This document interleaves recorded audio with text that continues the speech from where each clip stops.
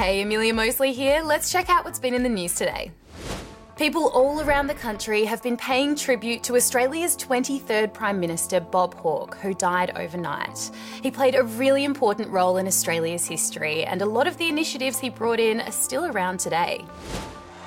Bob Hawke was in charge of the country from 1983 to 1991, making him the longest-serving Labor Prime Minister. While he was in the job, he made some big changes to the way Australia traded and the way the economy worked.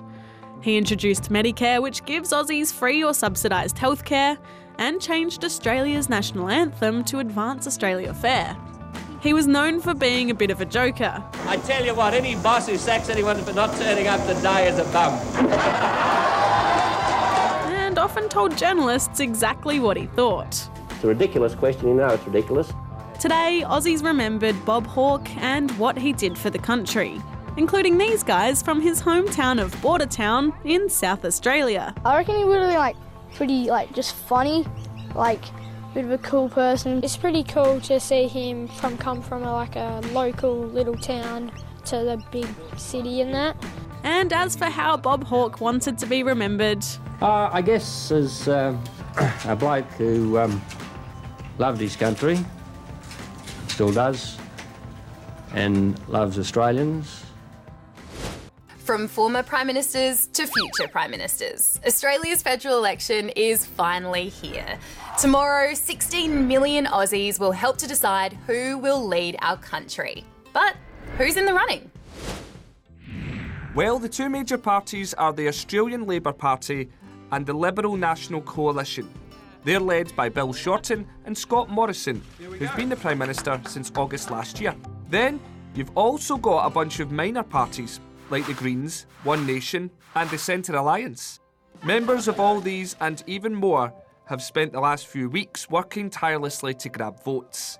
They've put on their fanciest clothes, showed off their sporting prowess, which is just as well because they'll need to work off all that free food they've been getting. They've even done a spot of babysitting. This election's also had, well, some kind of cringy moments. You're a classic space invader. Let's be honest, what's an election without animals making a splash? That turtle has absolutely no idea it's now a celebrity. In a few days, we'll know who'll be running the country. And that means we can thankfully say goodbye to stuff like this. If you're booting up Minecraft today, make sure to sing a quick happy birthday because it just turned 10. Yep, the game was officially launched on this date way back in 2009 and, well, it became a pretty big deal. It's the second highest selling game of all time, one of the top streamed games on YouTube, and it's still really popular with around 90 million active players. To celebrate the occasion, Minecraft released a new map for gamers, which is kind of like a theme park with rides, puzzles, and museums containing some of the game's history. And finally, the stories in this segment might have you saying, what were they thinking? If I had $132 million, look, I probably wouldn't spend it on this. It's a 1 metre tall steel cast of an inflatable rabbit. It's by American artist Jeff Koons, and it's just broken the record for the world's most expensive sculpture made by an artist that's still alive. Why would you rig a national singing competition for kids? That's what people in Russia are wondering after news that the final round of Russia's version of The Voice Kids may have been a stitch-up. Mikela won after receiving way more votes than anyone else in the comp. But an investigation, yes, there's been an investigation, found that bots might have been used to send thousands of automated text votes from the so-called public. And check out this amazing bunch of creatures just living their best life. They're cow-nose rays, and they were spotted swimming together off the coast of Bondi.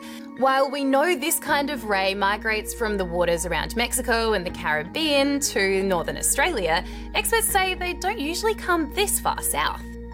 Maybe they just wanted a change of scenery. Well, that's about it for this week, but let us know, if you had $132 million, would you be buying that statue or something else? Comment below and don't forget to like and subscribe.